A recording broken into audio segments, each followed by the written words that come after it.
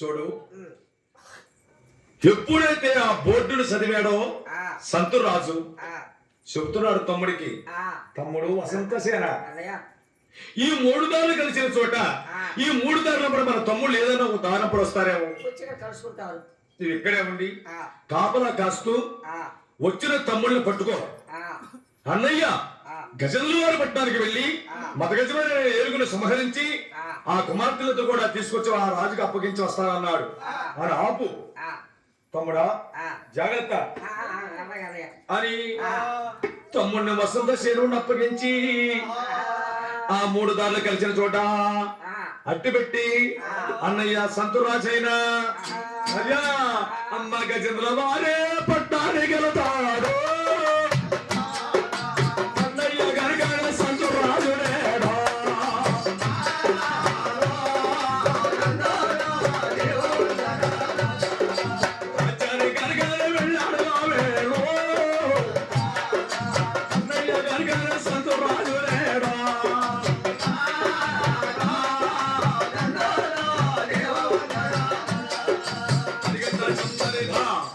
అన్నయ్య సంతురాజు వెళ్ళాడు గజేంద్ర వారి పట్టణానికి.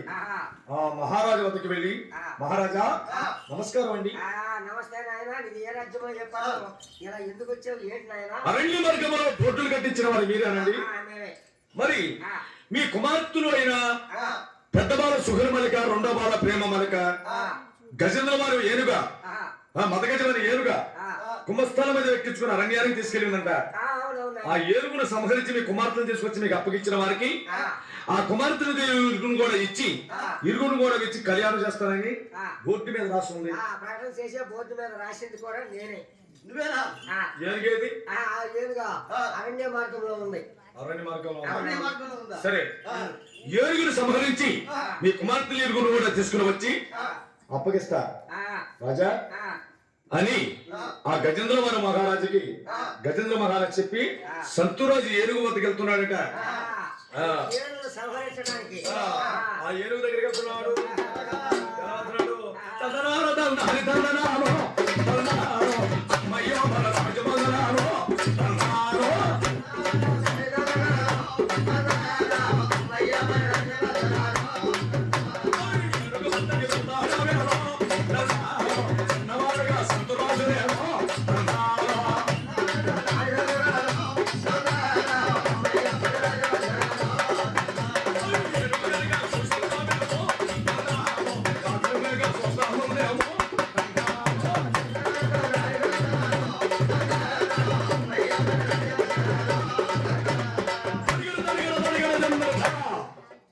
చూడండి, ఆ ఏనుగు దగ్గరికి ఎప్పుడైతే వెళ్ళారో ఏనుగు చూస్తుంది, నీకోసం చూస్తున్నారా రా అని కాలు దూకుతుంది, ఆక్రించుంది.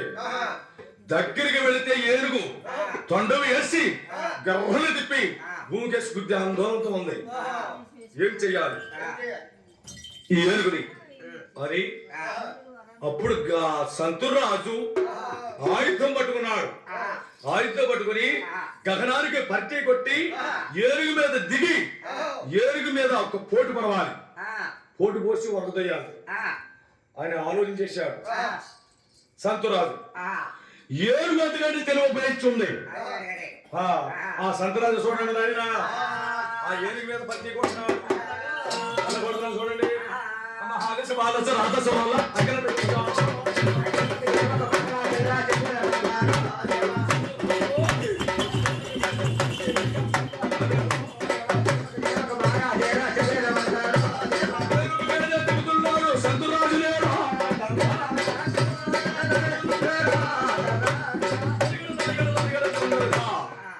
ఏనుగు మీద ఎప్పుడైతే దిగుతున్నాడో ఆ దగ్గరికి రానిచ్చి ఏరుగా తొన్ను పైకిగా సాపింది. సాపి చూడండి ఆ సంతరాజు నడానికి వేసేసి అమ్మ గరగర గరగర గరగర తిప్పే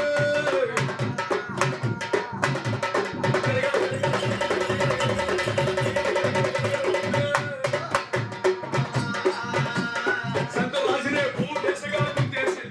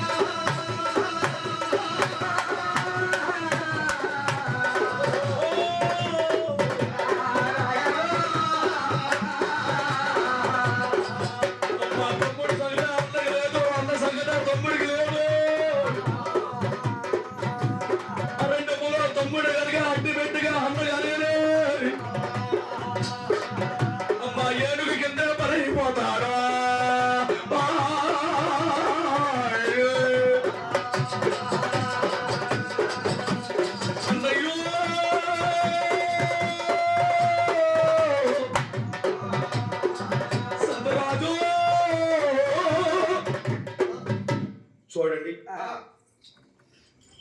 తమ్ముడు సంగతి అన్నకి లేదు, అన్న సంగతి తమ్ముడికి లేదు. అలాంటి మార్గములు చూడండి వాళ్ళ పరిస్థితి అలా ఇడిచిపోయిందో.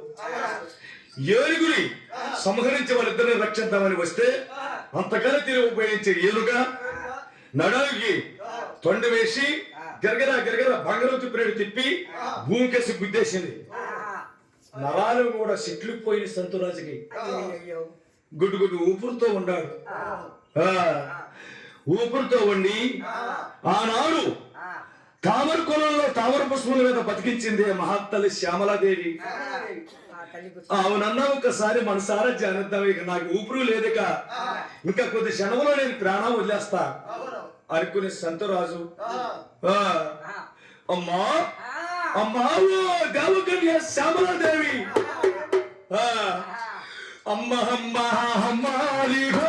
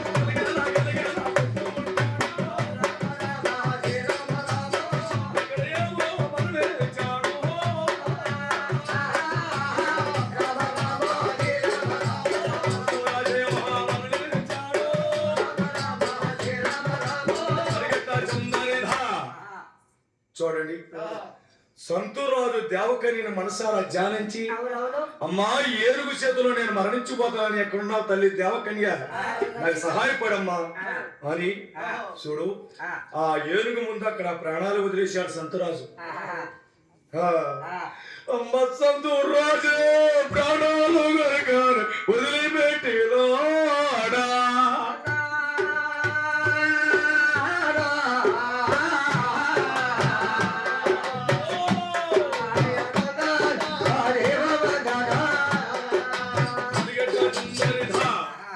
సంతూరాజు ఎప్పుడైతే మరణించిపోయాడు, 3 రోజులు అయిపోతుంది.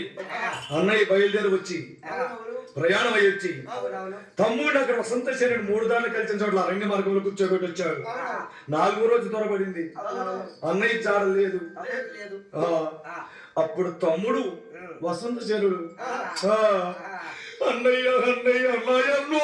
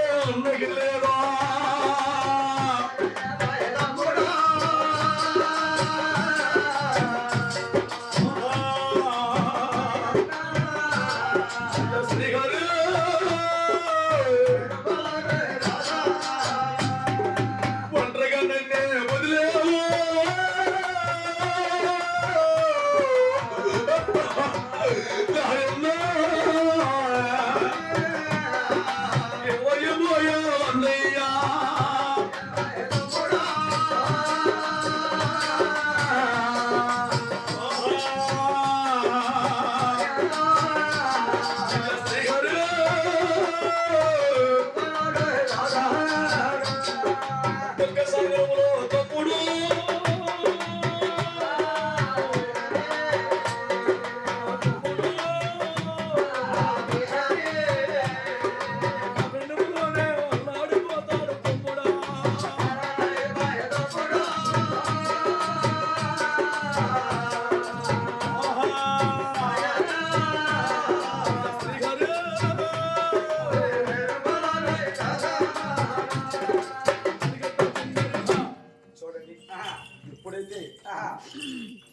తమ్ముడు కన్నీరు మున్నీరు వెళ్ళిపోయాడట ఎరంగ మార్గంలో వసంతసేనుడు.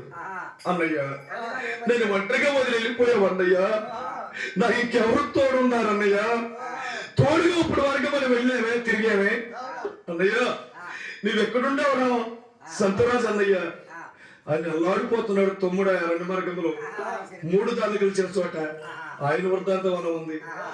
ఇక్కడ ఏనుగు దగ్గర మరణించిపోయాడు. దేవకని మనసారా ధ్యానించి సంతూరాజు ఈయన వృత్తాంతం ఎలా ఉంది. ఎప్పుడైతే అమ్మా దేవకని ఎక్కడున్నావు తల్లి నన్ను రక్షించన్నాడో ఆ మాట దేవలోకానికి చేరింది. దేవకని చెవులో పడింది. శ్యామలాదేవి చెవులో ఎప్పుడైతే పడిందో అరే నేను రక్షణ కోరిన చిన్న, నేను బతికించిన చిన్నవాడికి ఏదో ఆపద కలిగింది, నేను వెళ్ళి ఆదుకోవాలి కదా అనుకుంది. ఆయుధం పట్టుకుని ఆ దేవకన్య దేవలోకం నుండి వాయురథం మీద కొలువు తిరిగింది. వాయురథం వేసుకుని ఆ ఆయుధం తలతల గడిచిపోతుంది. ఆయుధం చేత్తో పట్టుకుని అరవళ్ళు మరవలు తొక్కుంటూ వచ్చేస్తుంది.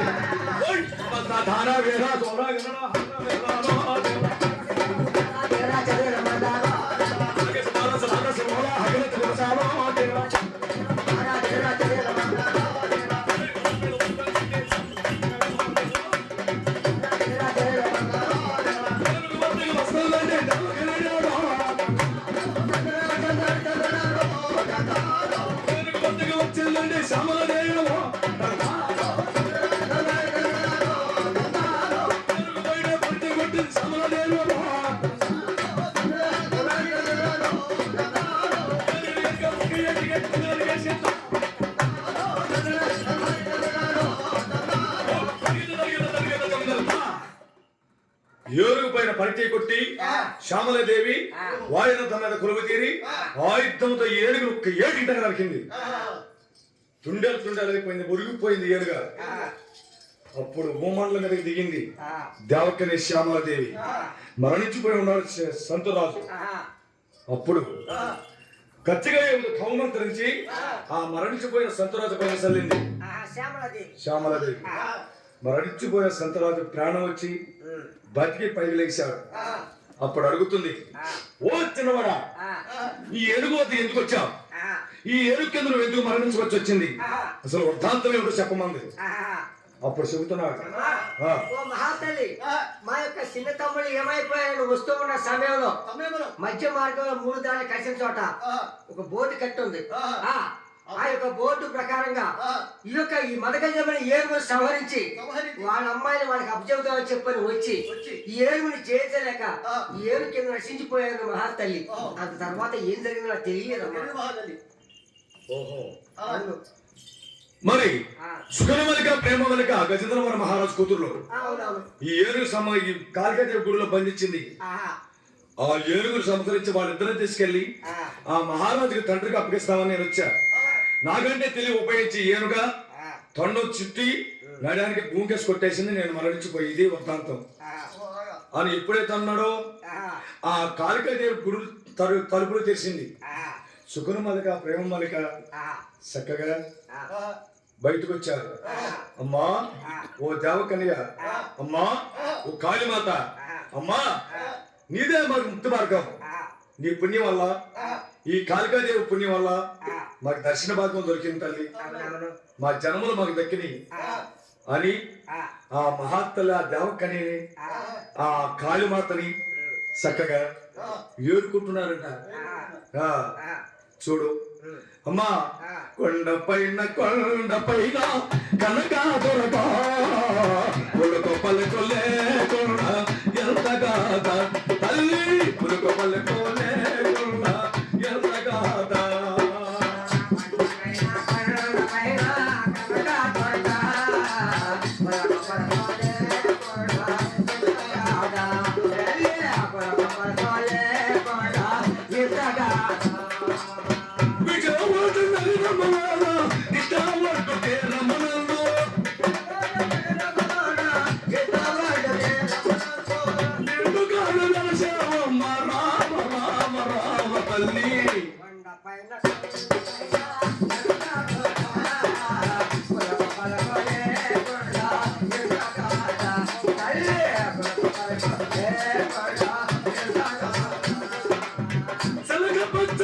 చూడు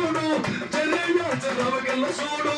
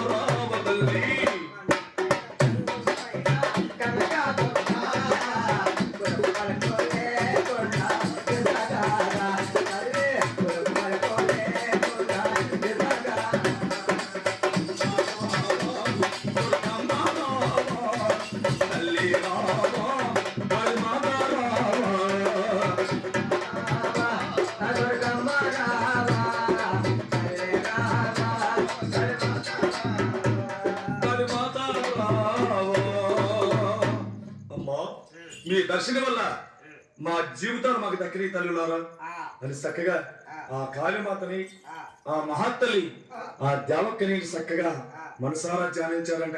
ఆ, అప్పుడు దేవకన్య సంతురాజు అంటుంది, చిన్నవాడా అమ్మా. నిన్ను బ్రతికించాను కనుక ఇప్పుడు 2 సార్లు ఆ, ఒక్కసారి నువ్వు ఆహా, నా జన్మ ధన్యమవుతున్నాను. ఆహా. అమ్మా ఇంకా 2 రోజులు ఉందమ్మా ఆషాఢ మాసం. అదే 2 రోజులు ఉందమ్మా. ఆషాఢ మాసం వెళ్ళిపోయి శ్రావణ మాసం తరబడుతుంది.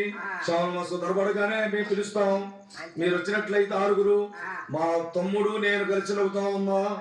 నన్ను క్షమించి నువ్వు వెళ్ళిపో అమ్మా దేవలోకానికి అన్నాడు. వాయురథం మీద కొలువు తీరి దేవకని దేవలోకానికి వెళ్ళిపోయింది. సుఖన మలికిని ప్రేమ మలికిని అశ్వ మీద వెక్కించుకొని గజేంద్ర వారి పట్నాన్ని తీసుకొచ్చాడు. గజేంద్ర మహారాజుకి అప్పగించాడు. మహారాజా అదే అయ్యా. ఇదిగో మీ కుమార్తెలు. మొదటి మరి ఏదో సవరించి తీసుకొచ్చి మరి నాకు అప్పు చెప్తున్నారు. అయ్యా మరి ఆ మదగజమైన ఏనుగురు సంహరించి అప్పగించావు గనక నా కుమార్తెలు ఎరుగురు కూడా నీకు ఇచ్చి కళ్యాణం చేస్తాను చేసుకోమన్నాడు. మహారాజా ఇప్పుడు మంచి రోజులు కావు. 2 రోజులు అయితే ఆషాఢ మాసం శ్రావణ మాసం వస్తుంది. ఆషాఢ మాసం వెళ్ళిపోయి ఆ మంచి రోజులు రాగానే నాకు ఒక తమ్ముడు ఉన్నాడు. ఆ తమ్ముడు తీసుకొని మేమిద్దరం వస్తామని ఈ రాజ్యానికి. ఆ మంచి రోజులు రాగానే నీ కుమార్తెలు ఎరుగురు కూడా మేము కళ్యాణం ఆడతామని చెప్పి అంతవరకు నీ వద్దనే అడ్డుపెట్టి నీ కుమార్తెలు అని చెప్పి ఆ సంతురాజు అక్కడ నుండి ఆ 2 మార్గంలో అమ్మ వసంత చేరుడు వద్దకి కనుక తమ్ముడు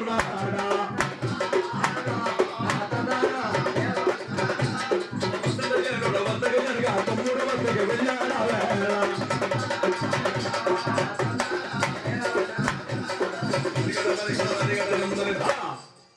తమ్ముడు దగ్గరికి వెళ్ళాడు. అన్నయ్య తమ్ముడు అన్నయ్య తమ్ముడు అన్నయ్య తమ్ముడు అన్నయ్య అన్నయ్య నన్ను కనుకనే విసి వెళ్ళినా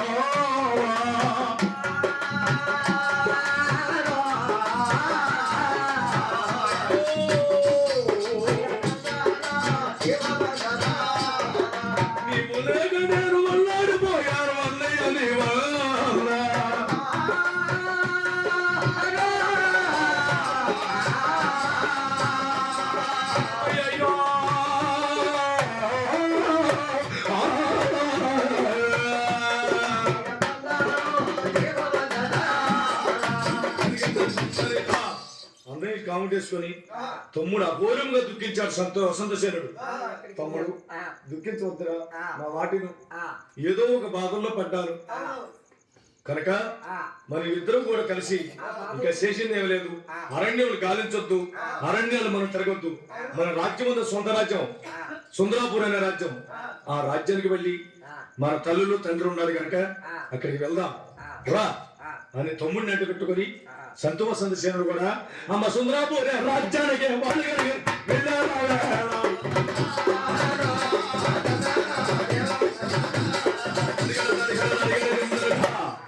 ఎప్పుడైతే సుందరాపురం రాజ్యానికి వెళ్ళారు ఈ దుర్మార్గులు కూడా దుష్టబుద్ధి సుబుద్ధి రాజు కళావతి బిడ్డలు ఆ రాజ్యంలో ఉన్నారు. తమ్ముడు చూసావంటరా తమ్ముళ్ళు అని మనం అరణ్యం అంతా తిరుగుతుంటే ఆ దుర్మార్గుడు మనం మోసం చేసి ఈ రాజ్యానికి వచ్చి ఉన్నారు. తల్లి దగ్గరికి వెళ్దాం పద అని తల్లి పద్మావతి దగ్గరికి వెళ్ళారు. అమ్మా ఈ దుర్మార్గులు వచ్చారు తమ్ముళ్ళు.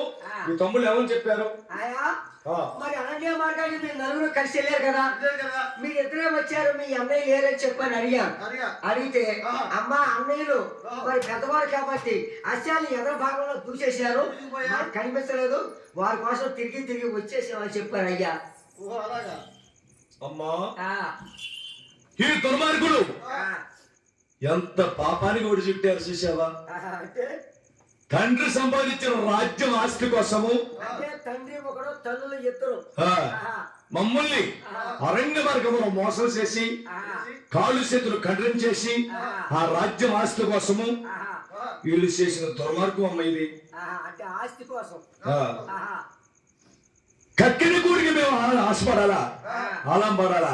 చిచ్చి అమ్మా ఆ కక్కిన కూడికి ఆశపడే జనములు కాదు వెయ్యి కనుక ఆ తల్లితోనూ పని లేదు, తండ్రితోనూ పని లేదు, రాజ్యంతోనూ పని లేదు మాకి.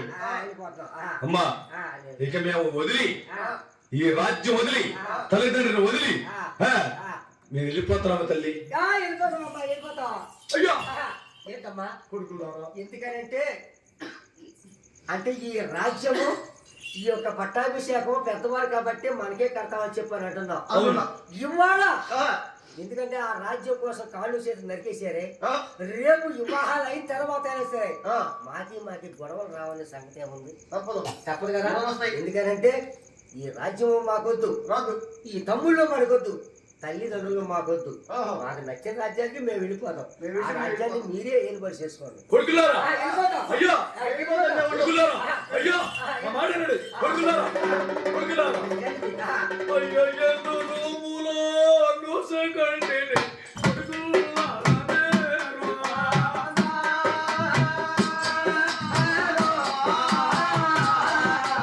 అయ్యయ్యయ్యో,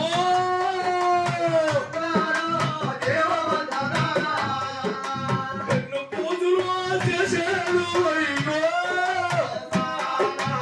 ఎన్నో పదాలు పడ్డాను అయ్యా.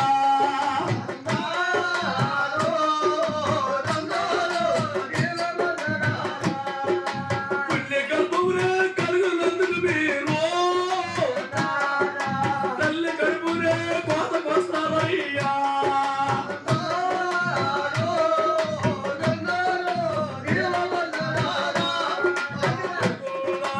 కొడుకులో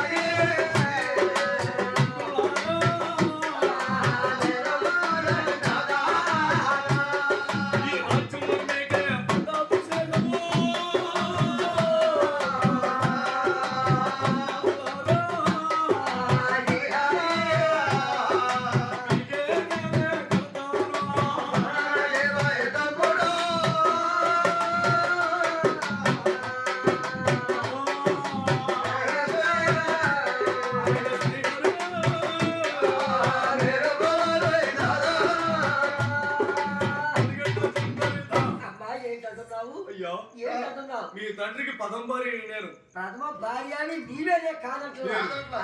ఈ రాజ్యం పంచుకున్నా, ఆస్తి పంచుకున్నా, డబ్బు పంచుకున్నా మనకే పదం భాగం వచ్చింది కనుక ఈ రాజ్యం మీకే అంకితం అవుతుంది.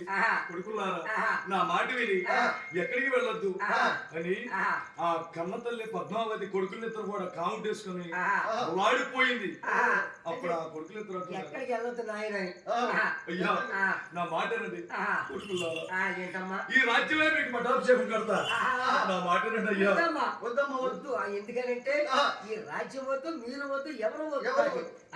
మాకు నచ్చిన చోటు ఎక్కడ ఉంటే అక్కడ వెళ్ళిపోతాం. కొడుకుల్లో నా మాట వినండి అయ్యా. ఒకవేళ నువ్వు చెప్పిన మాట విన్నానే అనుకో, రేపు మాకు ఇవ్వాలి అయిన తర్వాత ఒకరికొక తలకాయలు బద్దలు కొట్టుకోవాలి. ఏం గ్యారంటీ ఏముంది? అయ్యా, సంతరాజా, వసంతజేనా, నా మాట వినండి అయ్యా. కొడుకులారా, అయ్యా, నా మాట ఈ రాజ్యం వద్దు, యమదమ్ముడు వద్దు, తల్లిదండ్రులు వద్దు, ఎవరు వద్దమ్మా. మేము వెళ్ళిపోతాం. తల్లోరో, తల్లోరో, దేవదోదనారా.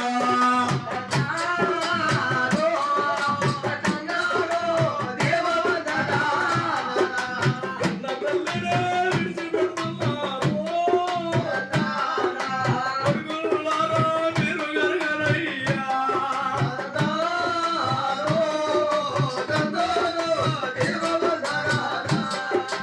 కన్న కొడుకులే నాడిపోతారో. కన్న తల్లిగా కల్లెరు అవుతున్నా.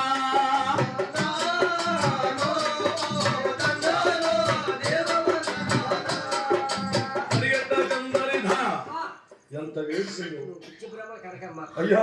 వెళ్ళిపోయి కొడుకా, సంతరాజా, వసంతజేనా, సంతరాజా అని కాళ్ళు వేలాల పడిన తల్లిని త్రోసివేసి రాజ్యం వదిలి, తల్లిదండ్రులను వదిలి, అన్నదమ్ములను వదిలి ఆ రాజ్యం వదిలి వసంత శనులు గజంతల వారి పట్టణాన్ని చేరుకున్నారండి. చూడండి అన్నదమ్ముల అనుబంధం, తల్లిదండ్రులకు తెగనెంపులు ఎలా ఉండే చూడండి. వాళ్ళ నలుగురికి ఎలా వచ్చిందో కనుక గజంలో వారి పట్టణానికి వెళ్ళి ఆ రాజ్యం బయట పక్కకి వెళ్ళి దేవకన్యలు పిలిచారు. ఆషాఢ మాసం వెళ్ళి శ్రావణ మాసం దొరబడింది, మంచి రోజులు వచ్చినాయి. ఓ దేవకన్యలారా, శ్రావణ మాసం వచ్చిందమ్మా, రండి నవ్వుతాం అన్నారు. ఆ దేవకన్యలు ఆరుగురు కూడా వాయురథాల మీద తిరుగు తీరి ఆ గజంలో వారి పట్టణానికి దాపుకొచ్చి ఆ దిగారు. ఆ సంతు వసంత సేనులు కూడా పగ పగ పగ పగ పగ పగాలిచ్చి నవ్వారంట. నవ్వుగా ఆ నవ్వుని చూసి ఆ దేవకన్యలు ఆరుగురు కూడా ఆనందం అయిపోయారు, ధన్యమైపోయింది. ఆయన ఇకనైనా మించిపోయేది లేదు. మీ ఆరుగురు మేము ఆరుగురి మీ ఇద్దరిని కళ్యాణ వాళ్ళ దేవలోకానికి తీసుకెళ్ళిపోతాం రండి అని అనగా అప్పుడు వదలలేక దేవకన్యలు వీళ్ళిద్దరిని అప్పుడు అన్నారు, అమ్మా మేము ఈ రోజున మిమ్మల్ని కళ్యాణం ఆడితే రాబోయే కాలంలో దేవతలు అనేవారు ఉండలేక, దేవతలకి నరుడికి భేదం లేదు, తేడా అనేది ఉండదు. అందుకే మమ్మల్ని క్షమించి అమ్మా నవ్వమన్నాం నవ్వాం, మమ్మల్ని వదిలేసి మమ్మల్ని క్షమించి మీ దేవలోకానికి వెళ్ళిపోండి అమ్మా దేవకన్యలారా, ఇదే మీకు కోటి వందనాలు అమ్మా అనండమ్మా అని ఎప్పుడైతే అలా నమస్కారాలు చేశారో సంతోష సందర్శనలు కూడా సరే జనములు ధనివులైన చెప్పి వాయురథం మీద కొలువు తీరి ఆ ఆరుగురు దేవకన్యలు దేవాలయానికి వెళ్ళిపోయారు.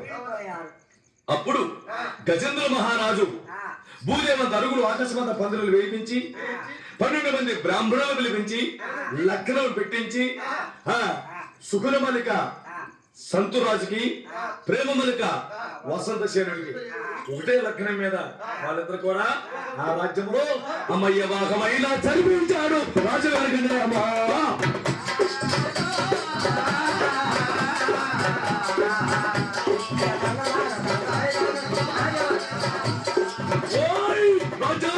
వెళ్ళగలిగిన చదివించాడంట.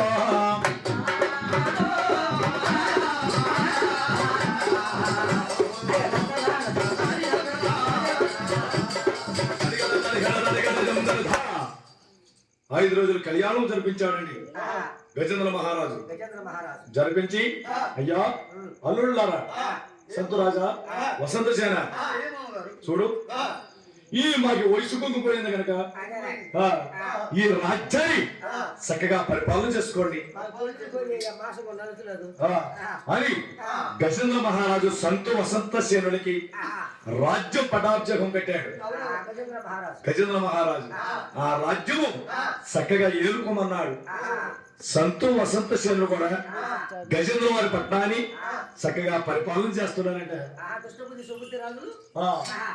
మరి సుందరాపురి రాజ్యాన్ని పరిపాలన చేస్తున్నారు. అయ్యా అన్నా వినరా ఆంధ్ర సోదరా అలాగే